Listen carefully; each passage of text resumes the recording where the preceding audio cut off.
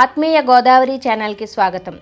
ప్రపంచ ప్రఖ్యాతిగాంచిన ఆంధ్రప్రదేశ్లోని పశ్చిమ గోదావరి జిల్లా ఆచంట నియోజకవర్గంలోని పెనుగొండ గ్రామంలో అత్యంత ప్రతిష్టాత్మకంగా నిర్మించిన శ్రీ వాసవి శాంతిధామంలో మరకతశలతో ప్రతిష్ఠించిన శ్రీ వాసవి కన్యకా పరమేశ్వరి అమ్మవారికి కేజీన్నర బంగారంతో తయారు చేసిన కిరీటాన్ని అమ్మవారికి అలంకరించారు. ఈ సందర్భంగా జరిగిన ప్రత్యేక పూజాది కార్యక్రమాల్లో కేంద్ర ఆర్థిక శాఖ, కార్పొరేట్ శాఖ మంత్రి శ్రీమతి నిర్మలా సీతారామన్ గారు ముఖ్య అతిథిగా పాల్గొన్నారు.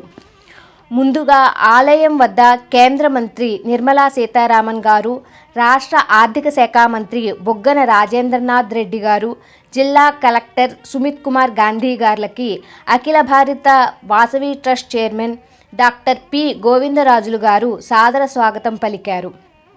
అనంతరం కేంద్ర మంత్రి నిర్మలా సీతారామన్ గారు అమ్మవారి కిరీటానికి చేసిన ప్రత్యేక పూజా కార్యక్రమాల్లో పాల్గొన్నారు.